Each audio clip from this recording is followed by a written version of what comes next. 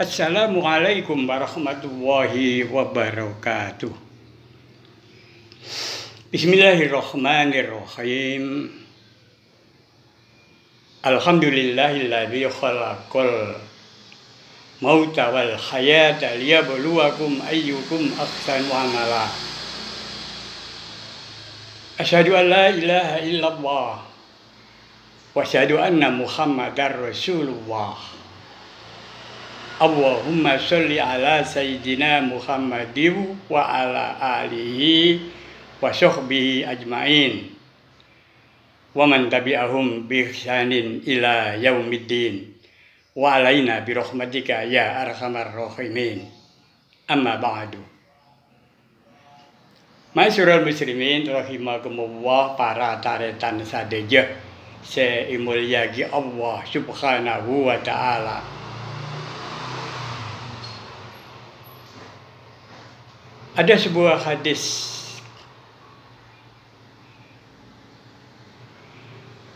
dari Abu Musa al-Asy'ari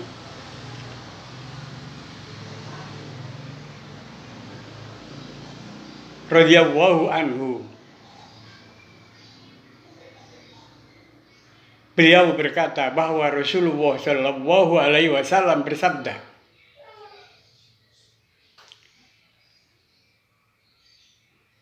"Idza mata waladul abdi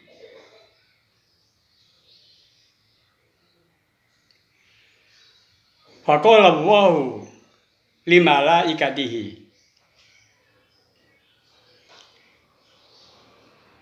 Ketika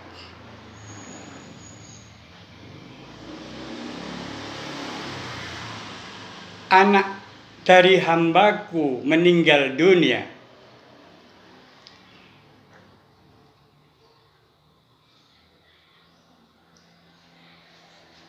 maka Allah berkata kepada malaikatnya, Allah berfirman kepada malaikatnya,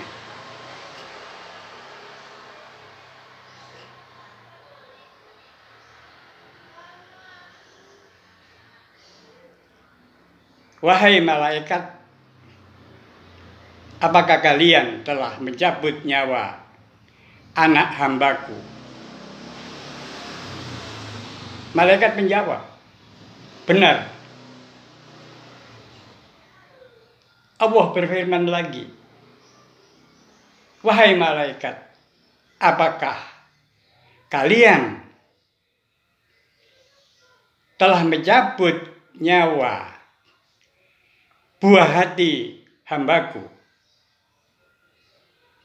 Benar.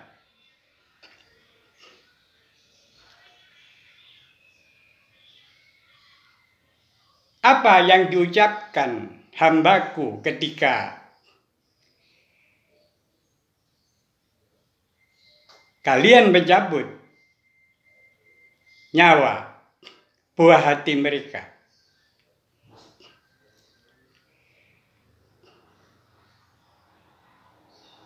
Mereka membaca hamdalah dan istirja.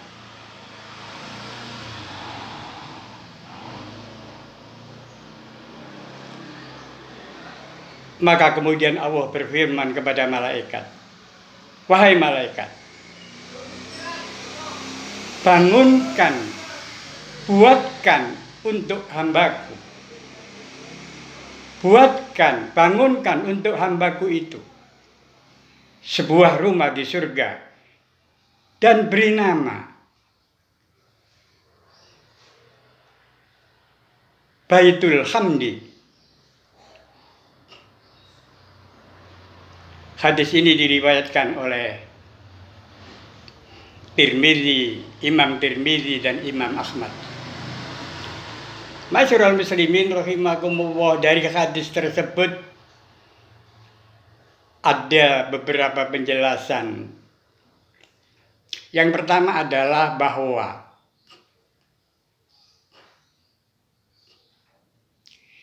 di dalam bahasa Arab, kola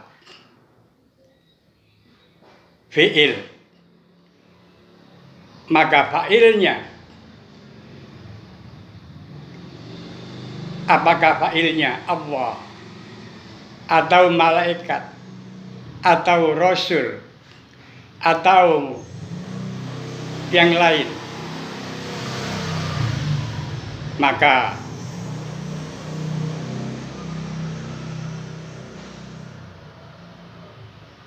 selalu memakai kata-kata qala.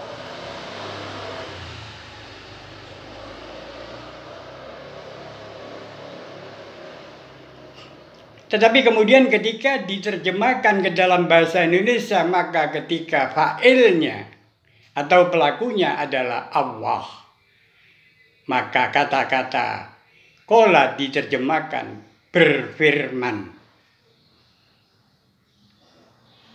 Ketika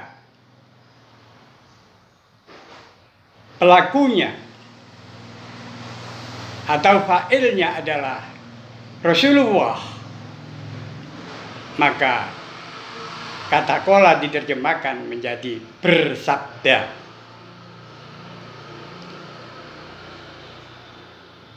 Dan ketika fa'ilnya atau pelakunya yang lain, maka diterjemahkan berkata.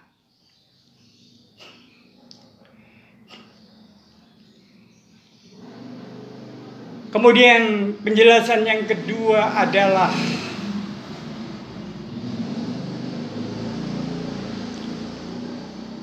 dialog antara Allah dan malaikat ini adalah dialog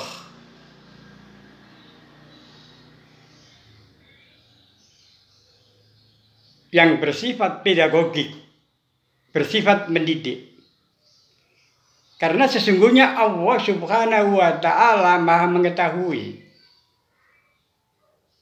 Maka Allah sesungguhnya tidak butuh bertanya, tidak perlu bertanya, karena tahu. Karena Allah adalah Maha tahu. Tetapi pertanyaan-pertanyaan yang dimunculkan dalam firman Allah itu tidak lain adalah bersifat pedagogis, bersifat mendidik, mengajarkan agar supaya umat Muhammad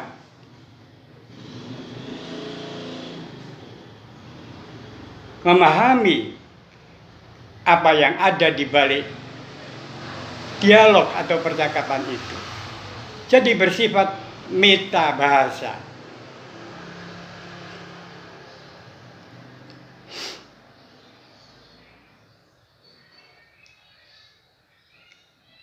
Ketika Allah berfirman, "Wahai malaikat, apakah kalian telah mencabut nyawa anak-anak hambaku?" Maka sesungguhnya Allah sudah tahu, Maha tahu Allah. Allah mengetahui segala yang ada di langit dan di bumi dan di antara keduanya. Allah mengetahui yang gaib dan yang lahir, yang nyata maupun yang gaib. Allah mengetahui apa yang di dalam hati maupun yang terlahir dari perbuatan. Semuanya Allah mengetahui karena Allah itu Maha tahu.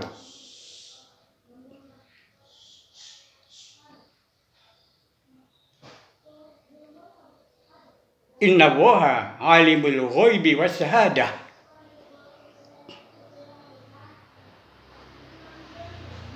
Allah mengetahui yang gaib dan yang nyata.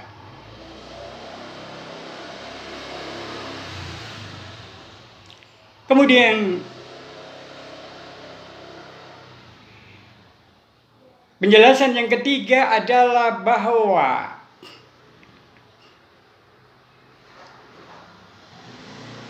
hadis ini memberikan penguatan batin kepada orang-orang yang bersedih hati karena ditinggalkan mati oleh anaknya, oleh putranya yang masih kecil.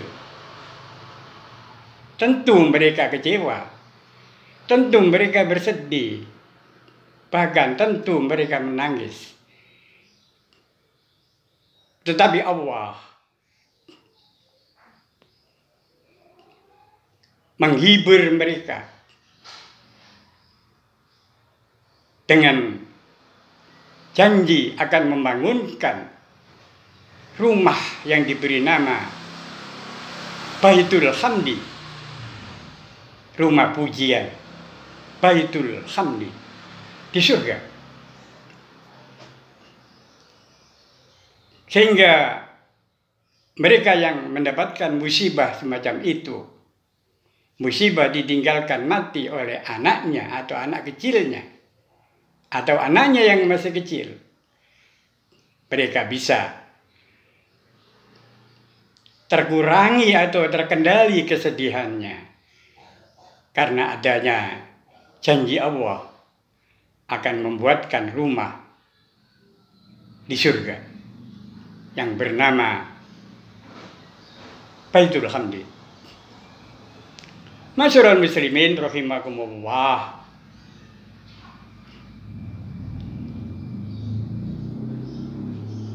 Itulah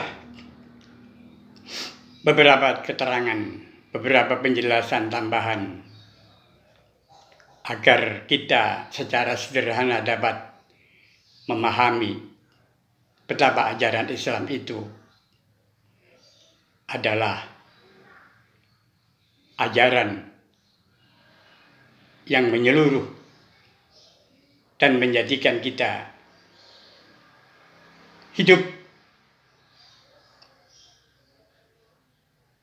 dan tampil dalam kehidupan ini sebagai pribadi-pribadi yang tangguh dan pribadi-pribadi yang fungsional, yang tidak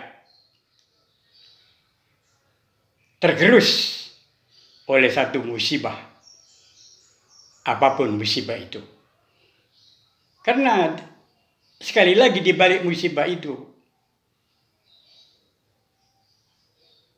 akan bergelimang dengan rahmat, dengan kasih sayang Allah, dengan belas kasih sayang Allah.